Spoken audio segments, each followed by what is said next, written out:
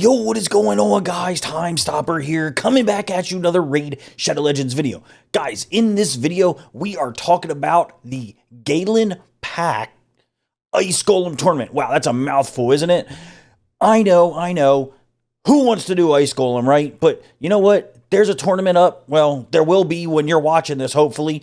And I just kind of want to talk through some of the champions that maybe you guys can use to hopefully get yourself some sweet rewards in this tournament. So let's jump into the video.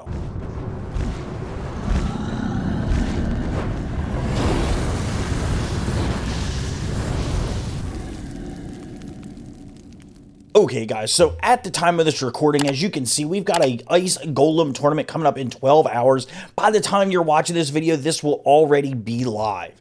Now, it is super important to note, this has nothing to do with the fusion going on right now for Morrigan. So if you're already low on resources or anything like that, I would certainly be skipping this. But these tournaments sometimes are really nice to be able to hop in, and maybe they don't have a ton of participation and grab some rewards and things like that. You know, we have seen some recently, like this Fire Night tournament right here, where they did throw in a bunch of coins and some of the Eternal Essence. So maybe this is an opportunity to grab up some of that. Generally, the participation's much lower in these, especially if there's a fusion going on, because people are already trying to reserve all their resources for the fusion, so they could be skipping this. So it might be a great opportunity for you to snag that #1 spot, even if you don't get everything on the right side of it. So let's talk through some of the teams that maybe you can use and some champions that might be good for this, because there actually is a lot for this one. Now, as you can see here, it says that you have to use from a specific faction from the Gaellen Pact. Now, for you guys that don't know, if you go over to your index right here, you can take a look and see all of the different factions are inside of an alliance. So the Bannerlords, High Elves, Sacred Order, Barbarian are all Talarians. And then down here we've got the Gaellen Pact is Ogryn, Lizardmen, Skinwalkers, and Orcs. And that's the ones that we're going to be focused on today for this Ice Golem tournament coming up. So basically you can use any champion from these four, which obviously does make it a little more difficult because you don't have your pick of maybe some of the best champions that you would use, or maybe you don't have a super huge roster or anything like that. But you'd be surprised what you can do in some of these tournaments. Now, the biggest fault that I see for most people when they look at attacking any of these tournaments is they're so used to being able to do a certain stage, they don't want to back themselves up at all to a lower stage.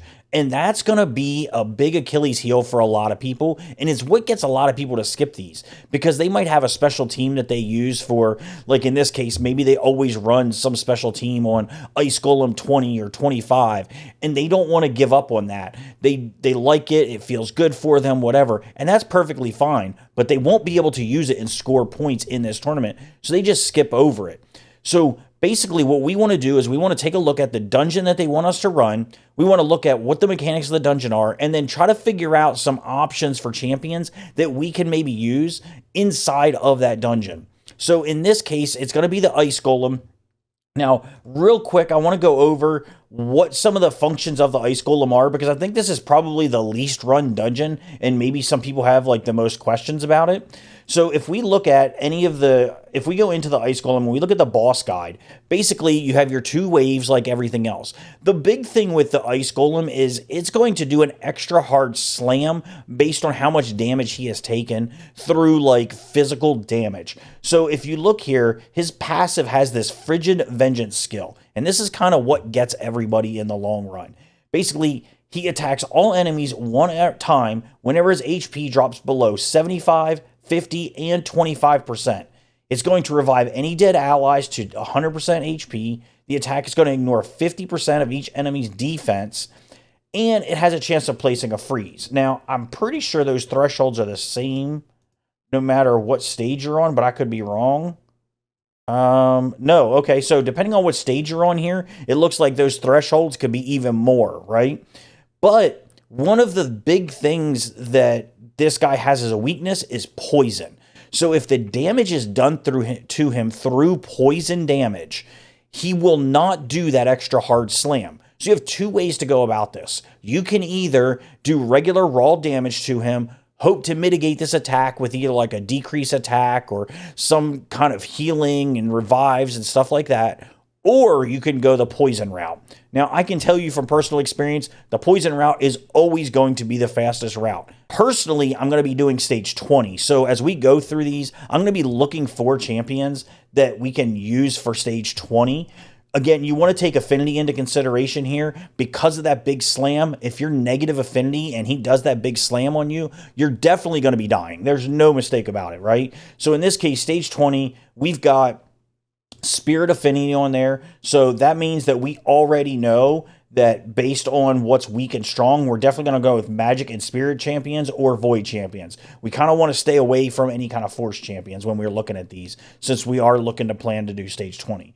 So let's quickly go over some options here. I'm not going to go through every single option. If I miss your favorites, please be sure to leave a comment in the show notes down below. That way other people can maybe get some ideas as well, because I'm sure I'm going to miss some stuff on here as we go through these. So, of course, we have the Gaellen Pact. We got Ogryn Tribes here first. So some of my favorites from here, first and foremost, is going to be Ugo. Not only is Ugo an awesome champion for Hydra, Ugo is an MVP for this as well, mostly because of Wave 2, where the Terror Beasts are going to put up reflect damage. If we have Ugo in there and we put up her block buffs, it prevents that from happening. Ugo's also got a heal on her A3. She's got this weird, funky revive on her A3. Overall, she got decreased defense on her A2. Great champion overall for this. Make no mistake about it. Other options here, again, we talked about poisons. You could use an Occult Brawler just due to the sheer amount of poisons that he's putting out. I don't have him built, so I'm not going to be able to demonstrate him on my account, but he would be a great option. You've got Grush if you need to do some healing on here. He's got tons of continuous heals. He does have the decrease attack on his A2. Again, if you need that, as well as the leech on his A1. Another huge MVP for this one, I mean, is going to be Ogryn. Now, I know a lot of people out there might not have Ogryn. He is a Void champion, but again, tons of continuous heals. He's putting out poisons. With the right gear, he can solo stage 20 on this. It's going to take some ridiculous gear, and why would you ever do that? Because the goal is to basically get as many rewards as you can in as short a period of time and then move on, right? But Ogryn is going to be MVP for this. And then one special call out on here, a rare champion, is going to be Bellower. Bellower, if you need tons of control on like wave 1 or wave 2, he's your guy. He's got a weak sauce decrease attack, decrease defense. He's got a decreased speed on his A2. He's got a block active skill on his A1. But if you put this guy in a stun set and get him going, he can stun up those enemies and get you tons and tons of CC. That way you can survive those waves if you're trying to push up higher than you normally would for this tournament. Now, moving over to the Lizardmen, some of the favorites here, of course, is going to be Dracomorph. You have tons and tons of poisons coming from Draco, along with the decreased defense and the weaken. If you're looking for a speed aura, you could always use a Fushan. He also does tons of damage as well if you're going to go that route. Another one of my favorites is going to be Necmo. This guy is just an awesome all-around MVP. Not only does he look cool, but he's got tons of turn meter manipulation going on between increased speed, decreased speed. He's got the decreased attack on his A1. It's AoE, so of course it's going to hit that guy. So he's going to be an awesome option for you as well. Now, moving on, of course, you got Krisk. I mean, Krisk is MVP for just about everything. Great ally protector. He's got the continuous heals. He's got the provokes with the CC and everything on there. You could also go with like a Ramontu if you really wanted to. The truth is, if you already have Ramontu, you probably have better options. But of course, he does have this crazy CC on the A3. His A2 does put out that decreased defense and weaken on the boss. If you're going to try to go all out damage on him, you could go that route.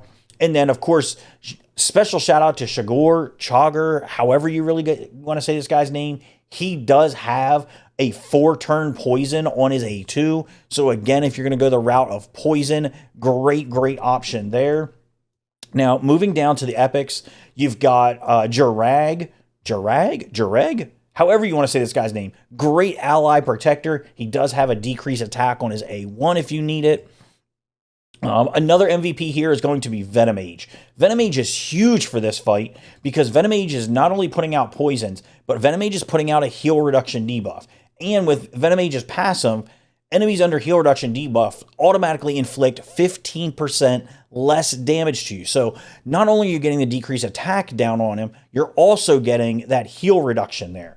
So Venomage has the decreased attack, decreased defense on the A2. On the A1, it's going to pop the poisons as well. So some additional damage there. So Venomage, excellent for any of the Ice Golem runs here as well. Other shout outs I want to go with, maybe Broadmaw. Broadmaw, anybody can fuse this guy as many times as you want. Obviously, super budget version of like a Reviver if you need one for this. Also has a little bit of CC with his freeze. Scathix, another great option here. If you can't prevent from putting up their reflect damage, Scathix can actually come in and steal a buff from the enemy. So he could potentially steal that reflect damage from them on his A2, and that would obviously help you survive a little more there. Is there anyone else in here that I'm missing? No, I don't know that I really recommend any of these epic or rares down here. And then, of course, we've got the Orcs. Lots of good options here. Some of them are kind of like okay, and they could work, but they're just not going to make the list for me. I mean, you could use an Iron Brago over here. Tons of defense. He's got the decrease attack. He's got the provokes. He also has this special passive, which is going to increase the defense of all allies by 10% of his defense. So give you a little more survivability if you need it. We have, of course, Warlord. If you need to lock out waves and things like that, he's going to give you a lot of CC on the waves because it's basically going to lock everybody down to their A1s. And then Raka, if you have Raka, I mean, basically just throw Raka in there and, you know, you've got survivability for days, basically. Revives everything there. As for epics, you could use a Duck the Pierce down here. He does have the provoke, reflect damage. He has a decreased attack and a decreased defense on his A2, which is really nice, of course. And then if you are really desperate for a reviver, you could go with like an old Hermit Yorg. I don't know that I would really recommend this guy because even booked, it's a 5-turn cooldown on his revive. But again, if you were desperate, you could go that route. You've got Vrask down here. He can do a bunch of healing for you if you need to with his A1.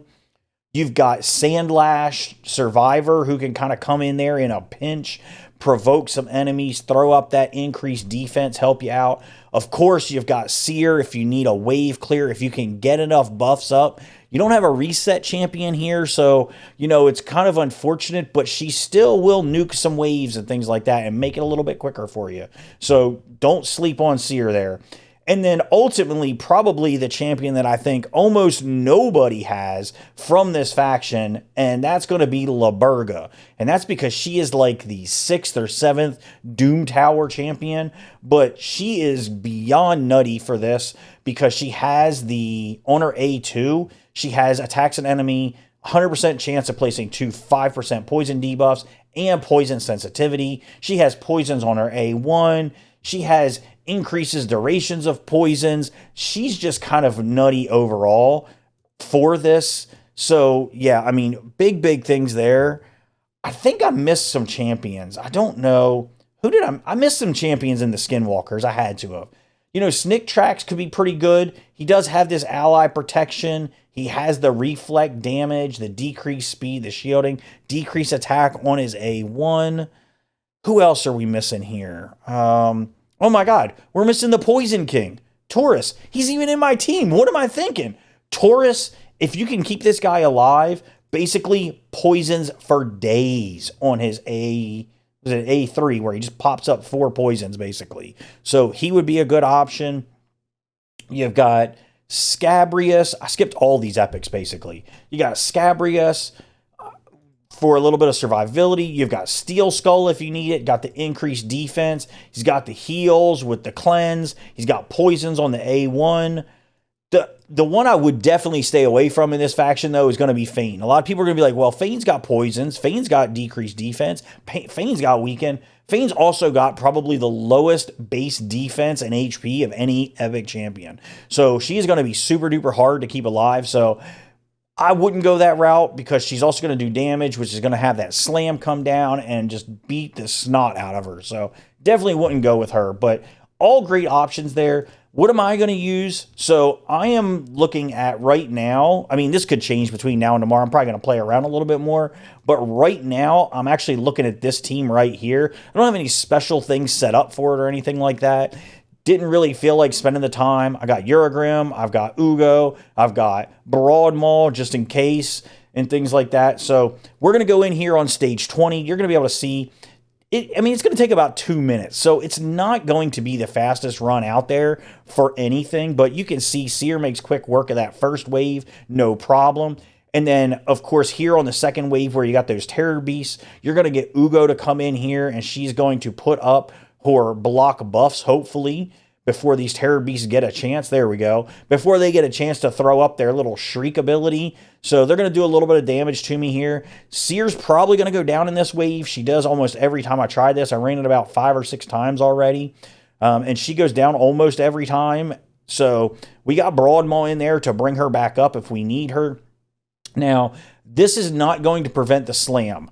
The only way I can prevent the slam with this team is if I just take off all their gear, and I'm just not going to be willing to do that. Because the truth is, I'm probably only going to do enough in this tournament to go up the right-hand side, get the one-time rewards, and get out, basically. And that's only if they're any good. So if they don't have anything good in those rewards, I'm definitely not going for them, and I don't recommend you do it either. But this is obviously an option if we have some good rewards in there and whatnot. So as you can see here, we got the Ice Golem. He did the one slam already. He brought back both of his minions already. So this is probably going to go to the full 2 minutes from the looks of it. Can't really tell. But, you know, it's a fairly safe team because we have Broadmaw in there. If I didn't have Broadmaw in there and I put someone else in there, didn't have those revives, I might be a little worried. But you can see we're stacking up poisons up there. So that's going to do some decent damage to him. There we got Seer who nuked again. So, of course, he did his big slam. So now we just got to wait for the Ice Golem to take a turn. And it's going to tick off a bunch of those poisons for us, which is going to be really nice. And then probably just one more hit here maybe from the looks of it. And we should be good to go. So, like I said, each of the runs has been about 2 minutes on this so far. Lots of poisons, lots of heals coming from Ogryn. Ugo, there we go, 206. Again, not the fastest thing in the world, but I'm not trying to power through this. I'm not trying to do stage 25. I'm not trying to go crazy or anything like that. I just want to get the points. And we all know that the best way to get tournament points and silver is going to be stage 20 in all these dungeons. Obviously, if you can't do stage 20, stage 16 is going to be your second best. After that, you're just going to kind of back it down as you go. But guys, let me know in the comments down below, is there any champions that I left out that you can think of that are going to be really good for this? Or are you going to skip this entirely? Obviously, I don't know the benefit of what's going to be in the tournament at this point. So I don't know what the rewards are looking like. I'm hoping they're going to be good and, you know, maybe this video helps you out a little bit. But either way, I do appreciate you guys watching all the way to the end. Be sure to leave a subscribe, give the video a thumbs up, and of course, as always, until next time, be good.